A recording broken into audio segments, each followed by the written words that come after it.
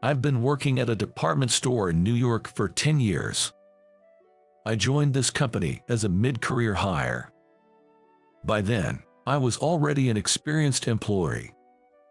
But suddenly, a new department called store support was established in our branch. And from managers to those in their 30s, dozens of us were transferred. Most of us were single, demoted with this move, and those with managerial positions were stripped of their titles. Because of this, many, including myself, saw a significant decrease in our annual income. In the rapidly worsening economy, it was difficult to see an immediate improvement in performance. It seems they wanted to cut costs by reducing the number of staff with titles. In store support, our main task was to assist in sales, like organizing shelves in the store, something usually done by new employees. I can't believe this is happening to me. There must be others more suited for this. No matter how much I lamented, the situation wouldn't change. I had no choice but to accept this new reality. And so, I started my new role in the branch office. Even with all that was going on, there was one good thing about my transfer. It was that the woman I had been interested in was working at the same branch. Her name was Emily. She's 2 years older than me and my boss in this department. She was demoted to this new department too. When I first joined the company, she was assigned to train me. She was quick and meticulous at work, and on top of that, she was as beautiful as a model. She had a calm demeanor and was popular among the male staff. She looked sophisticated but is naturally clumsy and a bit scatterbrained. I was immediately smitten by her endearing qualities. Hearing that she was also transferred here brightened my mood, even if just a little. However, I heard she's in a long-distance relationship. So, my love for her is likely unrequited. But that's okay. I'm content just secretly admiring her from afar. I bet there are many others who feel the same. There's another beautiful employee at this branch. Her name is Megan Smith, who joined a year ago. She's a recent graduate but quick to learn and understands the organization well. I was impressed by how smart she was for a newcomer. Initially, Emily and I guided her, but she quickly became independent. Megan has a cool and mature aura and is talkative once you get to know her. Emily, Megan, and I, connected through our mentor roles, became good friends and would often go out for drinks after work. During this time, we got a new boss transferred from another store to our department.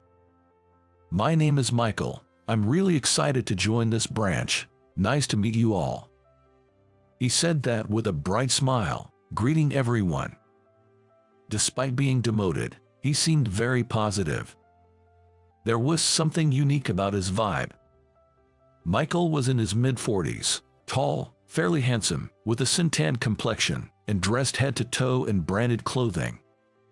Seeing that, I thought he might be a bit of a narcissist. Apparently, he's not married. While greeting the staff, I couldn't help but notice that he seemed particularly focused on Emily. It was almost as if he was sizing her up from head to toe. I had a bad feeling about this.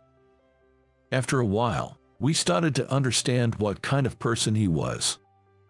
He was quick to slack off, even at the office. Taking advantage of the fact that there were hardly any executives at this branch, he'd leave work to the male employees and go bother his favorite female colleagues. Emily and Megan were among them. Hey, did you know a new bar just opened up near the station? Let me take you there sometime. Let me know when you're free. I go to the gym every evening after work. Oh, okay. Megan would casually brush Michael off, and eventually, he stopped bothering her. But kind-hearted Emily always responded politely to his annoying approaches. Oh, really? A new place? I didn't know that. Then Michael, possibly misunderstanding her politeness, started hitting on her. At first, he would just casually invite her for a drink in front of other employees, with a sleazy grin, saying, "How about we go out for a drink? Just the two of us, tonight." But gradually, he became more persistent and intrusive. When Emily changed her hairstyle, he even said, "You look pretty, it suits you," and stroked her hair. She clearly looked uncomfortable. Concerned, I suggested to her, "Maybe you should talk to someone higher up about this." But she just gave her eye smile and said, "It's okay, there'll probably be another department transfer soon, so I can bear it a bit longer." Megan was also worried about Emily. Emily was an admired senior colleague to her. That's why she couldn't stand Michael's behavior. When we had lunch together, Megan angrily said that Michael, instead of bothering Emily, he should be working. "I can't stand men like him." Still, Emily replied, "Thanks for worrying, but I don't want to make a big issue out of it. You know, people like him can be troublesome when angered. Let's just see how it goes for a while." True, I guess so. Feeling helpless and frustrated that I couldn't do anything to help Emily, I racked my brain for a solution but couldn't think of a good one. Then, after some time, I witnessed something. It was when I was leaving work. Oh no, I left my work cell phone on my desk. I must have forgotten it there. I need it for an early morning visit to a store tomorrow. If I stopped by the office, I'd be late. So, I went back to the office. There, I saw Michael and Emily in front of the building's entrance. He was standing next to Emily, urging her, "Come on, let's go for a drink today." She gently refused. "I can go with just you. Let's go with everyone next time." But he persisted. I stepped in front of them and said, "Good work today." Emily looked relieved. I signaled her with my eyes, and she quickly said, "Well then, I'll be heading off now," trying to leave. Then Michael grabbed her hand and said, "Come on, it's just for a bit. I heard you're not even seeing your boyfriend much. It's fine as long as no one finds out. Let me treat you tonight." I couldn't stay silent anymore and blurted out, "Michael, stop it. Can't you see she is uncomfortable? You have nothing to do with this. She wants to go for a drink too, right?" Michael turned to Emily for agreement, saying, "Right," but she just looked down silently. Still smiling, he said, "No woman has ever not fallen for me." I was astonished at his confidence. Then he reached for Emily's arm again. I couldn't hold back any longer and shouted at him, "Enough already. Can't you see she's not interested?" Emily's face tensed and he looked irritated. I continued, "If you keep this up, I'll report you to the headquarters. You could get disciplined, you know." Michael snapped back, "What kind of way is that to talk to your boss?" But I replied, "Isn't your behavior the real problem here?" Then Emily finally spoke up, "Please, stop this." Then she took my hand and said, "Let's go," and we left the place together. Michael glared at me as Emily led me away. I could hear him mutter a parting shot from behind, "You'll remember this." We walked in silence for a while until she thanked me. "Thanks for back there, sorry you got dragged into this." Her expression was somber. She must have been scared of his advances. I felt even more resentful towards him. After that incident, I started receiving harassment from Michael. He would yell at me in front of customers, dump difficult customer complaints on me, and create unnecessary work to burden me with. He even pretended to stumble once to spill coffee on me. It was like dealing with a grade schooler. He usually harassed me when other employees weren't watching. So, most staff members were unaware of the full extent of his behavior. But of course, Emily and Megan knew. Michael was up to his weird antics again.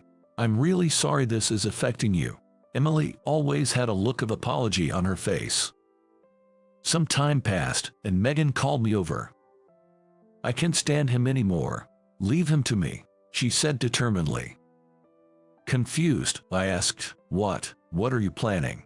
Megan just grinned mysteriously. The next day, something surprising happened, and I understood the meaning behind her words. A human resources manager from the parent company arrived at the branch. "I've been transferred here as of today. I'm Richard Smith from the group headquarters. Nice to meet you." "Wait, Smith, you mean?" Turns out, Megan was his daughter. That explained why she knew so much about the company's organization. Even among department heads, the HR manager from the parent company held more clout. Michael was subservient in front of Richard. But Richard spoke sternly. "I've heard about you from my daughter. It seems you're all play and no work." Apparently, Megan had been documenting Michael's poor work performance and harassment, even gathering video evidence. Michael was visibly shaken by Richard's arrival. Later, Richard called him for a meeting. He kept making excuses, but Richard only said, "Your disciplinary action will be formally announced later," and left. He was dejected, muttering, "This can't be happening." As Richard had declared, disciplinary action was taken against Michael. He was stripped of his managerial role and transferred to a rural store rumored to be closing. He was told he wouldn't be transferred elsewhere until he proved himself there. After Michael's departure, a woman who had previously been a manager was reinstated as the head of our branch. After that, Emily no longer faced any harassment, and peace returned to the branch. I thought I would continue to have enjoyable days as before. But it didn't turn out as smoothly as I hoped. One day, while having lunch with Emily and Megan, Emily had some news. "I've got something to tell you. I'm getting married, and I'm thinking of resigning." She suddenly revealed her plans for marriage and leaving the job. She was finally marrying her long-distance boyfriend. "Congratulations, Emily," Megan exclaimed happily. Her fiancé, who had been working overseas, proposed to her once his job settled down, and she decided to move abroad with him. She looked genuinely happy. Standing in front of her, I couldn't honestly feel happy about her marriage, and that made me feel pathetic. Although I said, "Congratulations," the shock was overwhelming. Maybe deep down, I harbored a secret hope that I still had a chance with her. A month later, Emily left the company. After some time, she sent me a photo with a message saying, "I got married," showing her happiness. I didn't respond. I couldn't. And so, my love for her ended. After that, I focused more on my work than ever before. Richard soon got transferred to the headquarters of our company, and he implemented improvements in the struggling organization. Thanks to him, our department, created for demotions, was dissolved, and now we're part of a team improving stores through marketing approaches. Since Emily's departure, Megan has been looking out for me. Maybe she realized I had an unrequited love for Emily. Megan is kind. She's usually cool, but shows a childlike side when it's just the two of us. I once blurted out to her, "Being with you feels like having a little sister." Then Megan puffed her cheeks and said, "Don't just decide I'm your sister. If anything, I'd rather be your girlfriend." Her face was adorable as she said that. Now, thanks to Megan, I'm gradually regaining my spirits. When we have lunch together, she's always cheerful and seems happy. Her smile is comforting. Hoping for happiness to come my way next, I will spend my days.